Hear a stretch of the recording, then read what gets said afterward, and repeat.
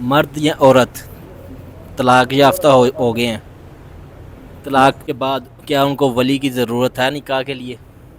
عورت کو ولی کی ضرورت ہوتی ہے، چاہے عورت کنواری ہو، چاہے شوہر دیدہ ہو، چاہے طلاق یافتہ ہو، چاہے بیوہ ہو، جو بھی اس کی حالت ہے نا، ولی کی اجازت کے بغیر اس کا نکاح حرام ہے۔ نبی صلی اللہ علیہ وسلم کے حدیث کے الفاظ ہیں ایما امراتن ناکاحت بغیر اذن ولیہا فنکاح و باطل، جس عورت نے بھی ولی کی اجازت کے بغیر نکاح کر لیا اس کا نکاح باطل ہے۔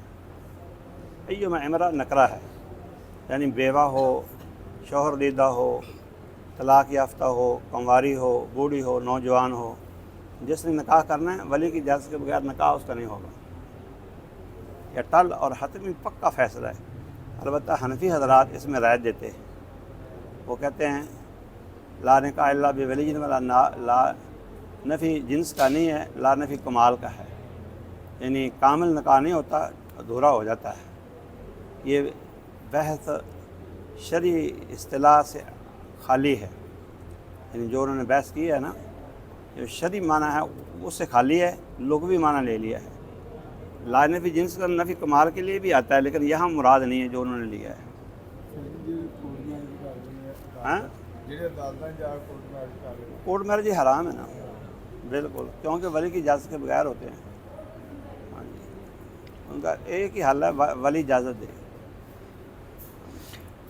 ولی کوئی ماں باپ میں سے ہونا چاہیے، بہن بھائیوں میں سے، یا کوئی بھی ولی بن سکتا ہے؟ عورت کا ولی نہیں بن سکتی، عورت کا ولی باپ ہوتا ہے۔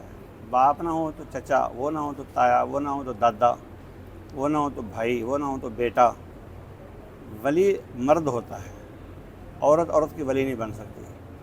اگر ددحال میں سے کوئی نہ رہ جائے، ننحال میں آ جاؤ، ماموں آ جائے، نانا آ جائے، کوئی بھانجا آ جائے، کوئی نہ کوئی ولی مرد ہوگا خاندان میں سے، خونی رشتہ داروں میں سے۔ اگر عورت کے بچے بڑے ہیں، وہ دوسرا وہ نکاح ولی کرے، بن سکتے ولی ہیں، بن سکتے ہیں؟ ہاں، بالغ ہوں وہ ولی بن سکتے ہیں۔